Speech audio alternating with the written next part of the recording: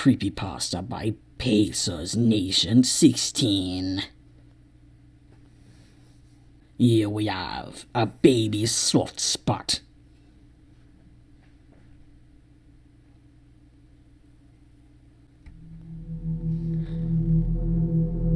All children are born with a soft spot on their head. Even you were. It is an undeveloped mark on a baby's head and contains no bone in place of the skull surrounding it. When a child grows, this soft spot, as it's called, will eventually go away. This wasn't the case for my little brother. I wasn't happy, even though everyone else was ecstatic. When my baby brother was conceived, all the attention vested in me had been transferred to this soon arrival. Had been transferred to his soon-to-be arrival. It angered me and frustrated me to see him pull the attention away from me. Though I was only 7 at the time, I felt major emotions of hatred already towards my little brother, who hadn't even been born yet at this time. Leading up to his birth, I only became more and more irritated. On a daily basis, my parents ignored my performance in school, hadn't managed to find time to speak to me, couldn't set aside a specific meal to eat together. They severed the connection with me, and only drew themselves at a further and further distance from me every day. By the time my mother's water had broken, and my father had left with her, I felt very little connection to these people. They, of course, hired a babysitter who seemed to express just as little care for me as my parents had. By this time, I was independent enough to feed myself and to clean up after my own messes, things that my parents found themselves incapable of doing.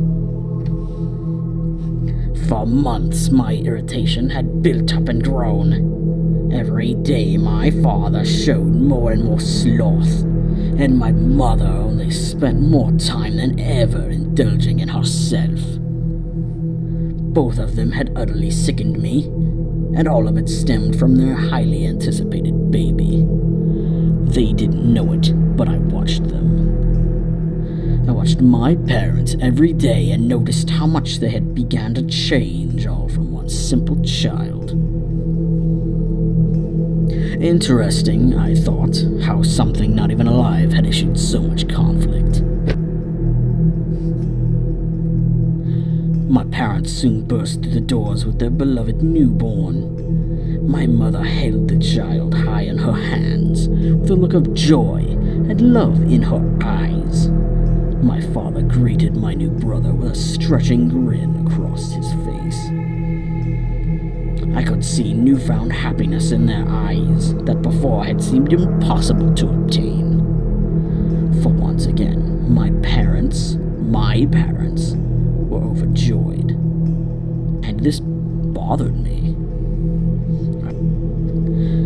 I had grown feelings of abandonment and hatred toward these people that I no longer considered family. They felt no purpose to call me down to see my new sibling as I watched from the stairwell. The bastard parents of mine and their most beloved possession headed upstairs, directed straight towards when I was sitting. As if I were covert, I silently snuck behind my door, though I'm sure I would have remained unnoticed regardless. I peered through the crack in my door, watching them rest the child to sleep in his crib. Though elated, I could also tell my parents were exhausted and would be in need of sleep. They headed off, leaving my baby brother vulnerable to any impending dangers they may have been able to earlier fend off. Perhaps, in other words, I was one of those dangers. While my parents made their way down the hall to their bedroom, I crept quickly over to my brother's crib. Though I moved hastily, I put in some effort to ensure they wouldn't hear me as I silently tiptoed to his room. I gazed over his bed. The crib he lied in left him entirely helpless to me. He had no defense up, any protection from my doings. I felt powerful at this moment, as if I had taken complete control and finally would be able to have an impact. Suspiciously scanning around the room to ensure no one was watching me, I stretched my hands down to the crib.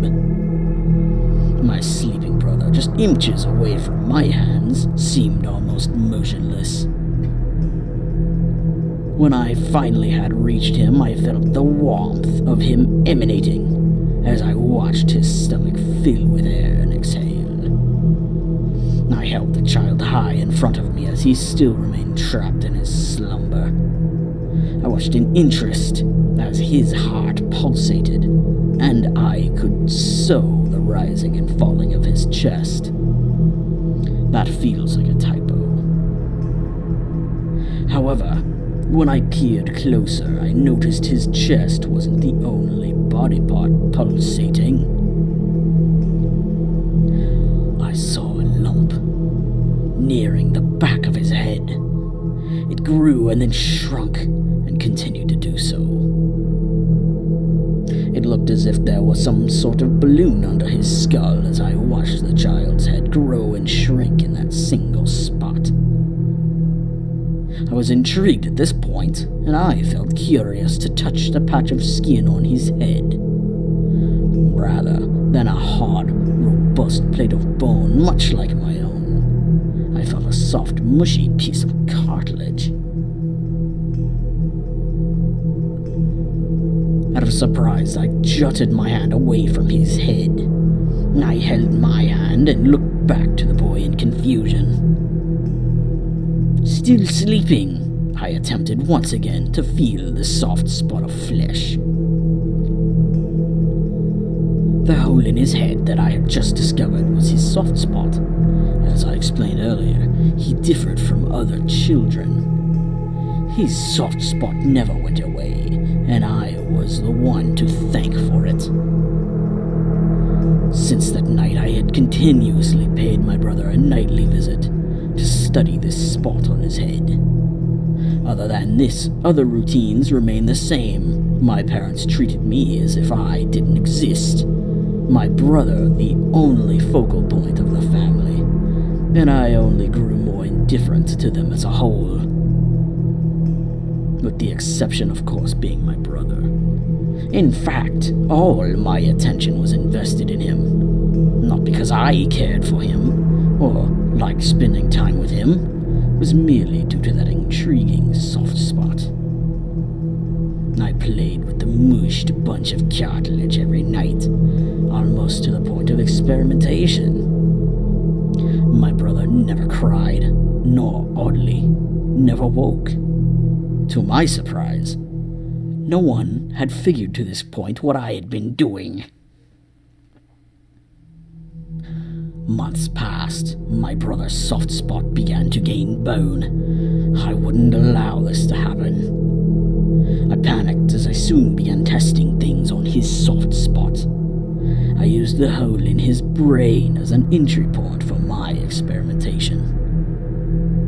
Now, with his soft spot fading, I would have no such chance. In the middle of the night, when I made my routine trip to my brother's room, rather than simply planning for experiments, I brought tools with me. I held a tiny yet capable small metal hammer. Looking to my brother's head, I was now sure I would wake him. I left the room and gathered duct tape. Covering his mouth, I wrapped several rolls around his tiny head, making it impossible to speak. I firmly held the hammer in hand and looked directly at his soft spot. I gave one last touch to it, feeling the notion of growing bone. I raised my right hand high and looked aimed directly at the target. Slowly, my arm extended tall and rose before his head, lightly gripping my weapon. Then with a swift whoosh, the hammer hastily sped through the air, pumped forward by the muscle in my arm. It accelerated quickly. Right away, it came to a complete stop as it whacked my brother's skull. I heard the thin bone shatter over his muffled cries for help. Looking at his head, I saw blood fill beneath his skin as he internally bled. His screams and cries only heightened, and I feared they would wake my parents despite the tape around his mouth. Rather than hiding, I stretched my hand and grabbed his mouth, ensuring no sound would escape. He thrashed back and forth, pleading for help, but I wouldn't allow him to get away. Only being months old, he was easy to hold. I hoped he wouldn't alert my parents, but hoped more for his survival, so that I may continue feeling his soft spot. I somehow had grown some obsession over his soft spot, as it was if it were the only thing that comforted me. Something about having direct access to the brain pleased me. I dreamt of experimentations, thought I was far too young to create any sort of formula. Months passed, and eventually years, as I continued this ritual. My brother seemed to be accustomed to the pain as he grew. Each time I smashed growing tissue in his skull, he seemed to suffer less and less agony. By the time I reached my adolescence, he still had no ability to speak. My parents believed he was mentally challenged, though I knew exactly why his brain hadn't worked. My parents still expressed equal, if not more, indifference to me than before. My feelings for them had, however, drastically changed. I didn't feel indifferent towards them. Now, I resented them. I held strong hatred towards them for their lack of presence in my life. The next night, my baby brother wouldn't be the only one in the family with a soft spot. I sluggishly meandered my way down the creaky hall that led to my parents' room. After paying the routine visit to my brother, I stretched my limbs into the crack in their doorway. I was making as little sound as possible as I entered their bedroom. Filled with the echoing sounds of my father's yawning, I stood before their bed. I held an unbroken gaze at them now, while I held my hammer in hand. This same hammer I cracked into my brother's skull now lay inches behind my father's skull. Just as before, I slowly pulled my arm back. I locked it in position, grasped it firmly, and pushed it forward full throttle.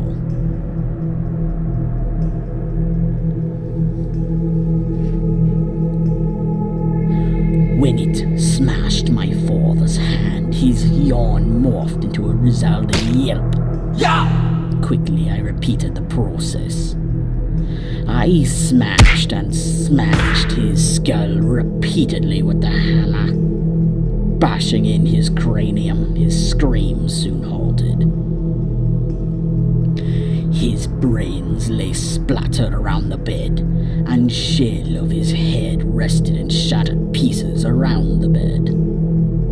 Thick, sticky plasma spewed from the rest of what was left from his head. My mother gave me a look of awe and was unable to move or speak. I analyzed a look of terror within her. Approaching her, I held my hammer in hand. My hands now were soggy, drenched in blood. I did not change the direction of my eyes. I fixated them solely on her. I raised my hammer, slowly and steadily, once again releasing it with full rain on her skull. Both my parents died that night. I, of course, fled my home, regrettably leaving my brother behind. I have roamed the world for years now, looking for that coveted soft spot, so I may once again feel the soothing texture. I have relentlessly searched, and only had a couple of chances. Babies are too difficult to come by, and much more difficult to reach.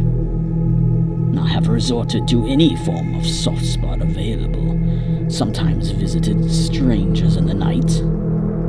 After a quick and sharp crack to the skull, the brain has a strange way of healing that open area of cartilage.